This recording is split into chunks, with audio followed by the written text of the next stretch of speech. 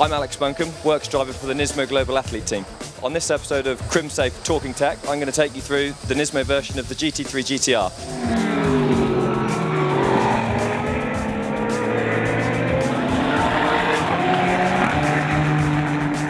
So guys, here we are, the front end of the car first. Obviously, the main thing with this beast is the motor. 3.8 litres, 550 brake horsepower on tap, twin turbo, awesome bit of kit. We have, I'll show you shortly on the inside of the car, but we can change the brake horsepower of the car, which is really, really good for us drivers, especially in qualifying when we can go for full power. So yeah, the rest of the front end of the car, we have the splitter, which is now off of the car. The car is now being prepped before the race.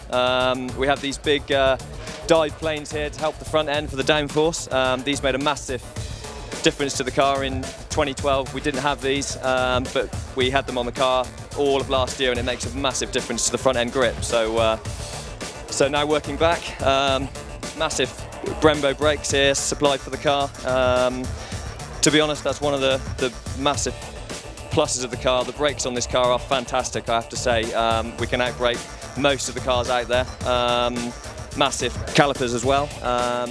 The brake pads are also the Brembo version. And you can see here, you might be able to see the catalytic converter for the exhaust, so that also keeps the noise level of the car down as well. But that's not good for the driver because all the heat from the catalytic converter goes straight into the cockpit area, so it's massively hot inside this car.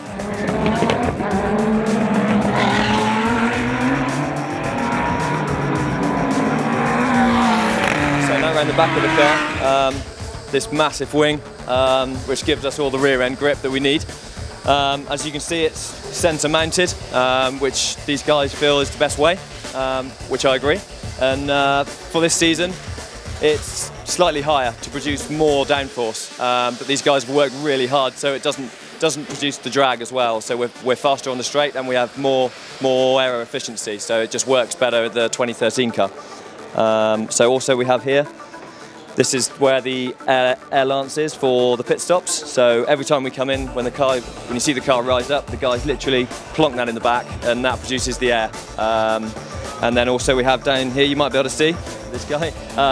We have here, this is where the air conditioning comes out, because we have air conditioning in the car, and also the breather pipes for the gearbox as well. So. And then also, it's not actually on the car now, but you guys may see from the back, we have a rear diffuser here. It goes all the way around the back of the car, and that helps to suck the car down to the ground, producing more grip. So us drivers have the luxury here at Bathurst of having air conditioning in the car. And one of the parts where the air goes is into the helmet, which is massively important because your head's obviously extremely hot. We're talking 60 degree plus inside the car. So basically the hose fits over the end here, and you can adjust how much air conditioning you want wherever you want it basically. So and then that flows through this plastic dome and into the little holes inside the helmet, and that blows onto your head and should keep us cool. But we're massively hot here this weekend. It's going to be 37 degrees, so let's hope it's working.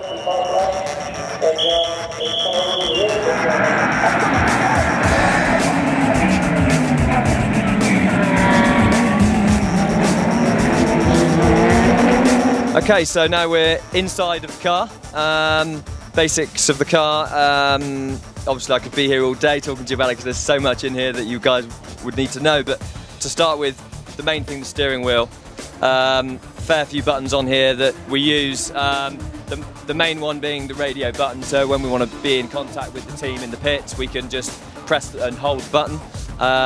The pit speed as well, obviously here where there's a pit speed limit, 40 k's an hour, so you just push and you get a little light on the dashboard to tell you when it's on and off, and then you're basically up to racing speed.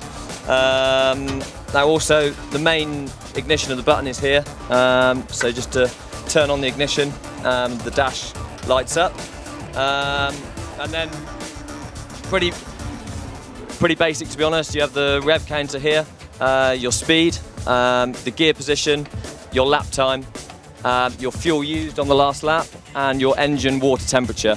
You can change that if you want with the buttons on the dashboard. You can scroll through and you can have the dash exactly how you want it.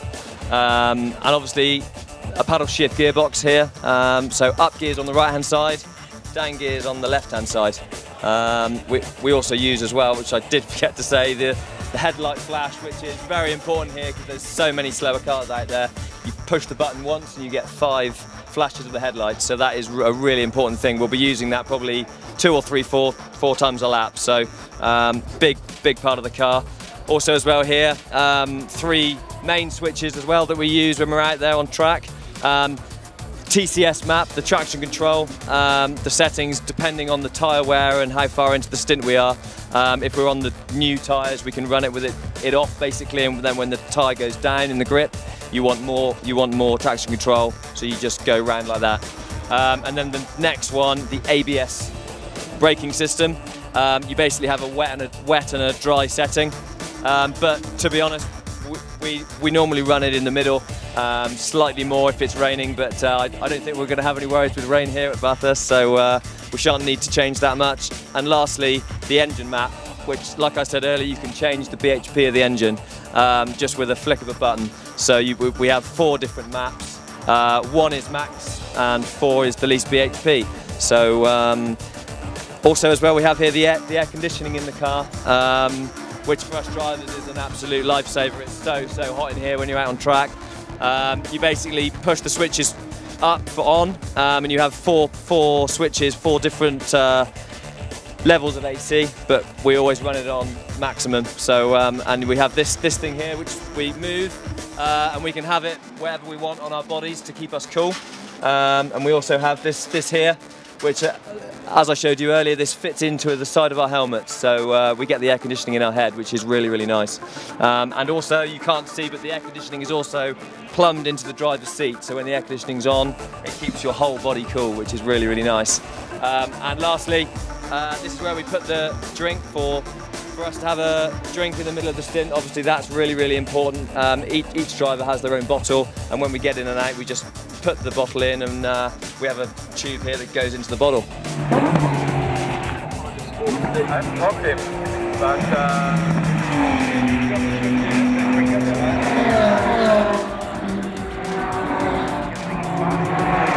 so there we are, guys. That's the end of the tour around this awesome bit of kit.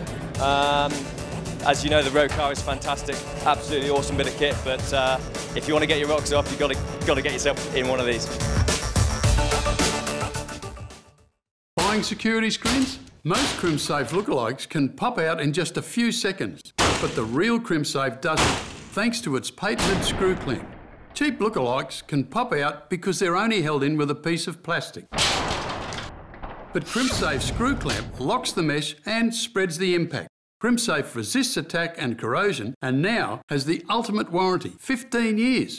Ask for a demonstration today, because if it's not CrimSafe, it's not CrimSafe.